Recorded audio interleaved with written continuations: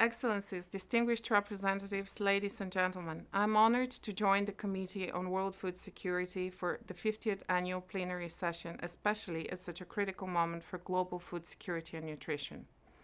We all have a very clear sense of the gravity of the situation. The war in Ukraine and the COVID-19 pandemic, among a long list of interlinked shocks, have destabilized our global food, energy, and finance systems. They have compounded the climate change crisis and the pre-existing obstacles to realizing the SDGs. The Secretary-General has spoken publicly on our collective concerns regarding the ability of the global community to achieve the goals agreed to in our 2030 agenda, especially SDG 2 on zero hunger.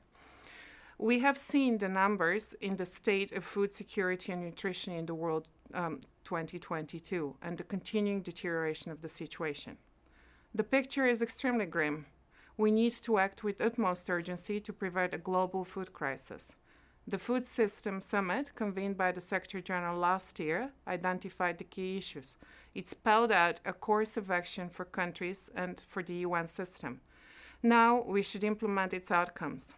The input and support of the Committee on World Food Security are critical in this regard. The Global Crisis Response Group on Food, Energy and Finance, launched by the Secretary-General, is also providing timely and useful analysis and policy recommendations from the whole of the United Nations system. I also want to commend Member States for adopting the General Assembly Resolution 76/264 entitled State of Global Food Insecurity, which urges the international community to jointly support countries affected by the food security crisis. The committee is a unique and extremely valuable UN body. I welcome its 2019 reform, which connects Rome with New York and the committee to ECOSOC and the General Assembly. I'm also pleased to see that the committee proactively contributed to the annual thematic reviews of the high-level political forum. I was especially pleased to see the committee and the President of the General Assembly co-convene a high-level event on 18th of July aimed at fostering coordination, rapid action in response to the current global crisis. The committee is one of the few places where government officials work side by side with civil society and the private sector, UN experts, scientists, bankers, and others towards policy convergence on critical food security and nutrition topics. It is a good model of how to engage civil society in setting policies in an intergovernmental context.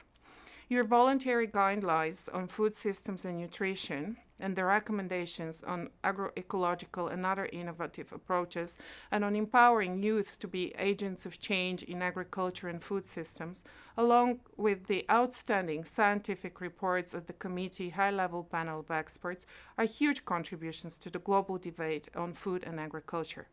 Likewise, your upcoming work on data, inequality, and urban-rural linkages is timely and important. You have also underscored the link between food and climate change.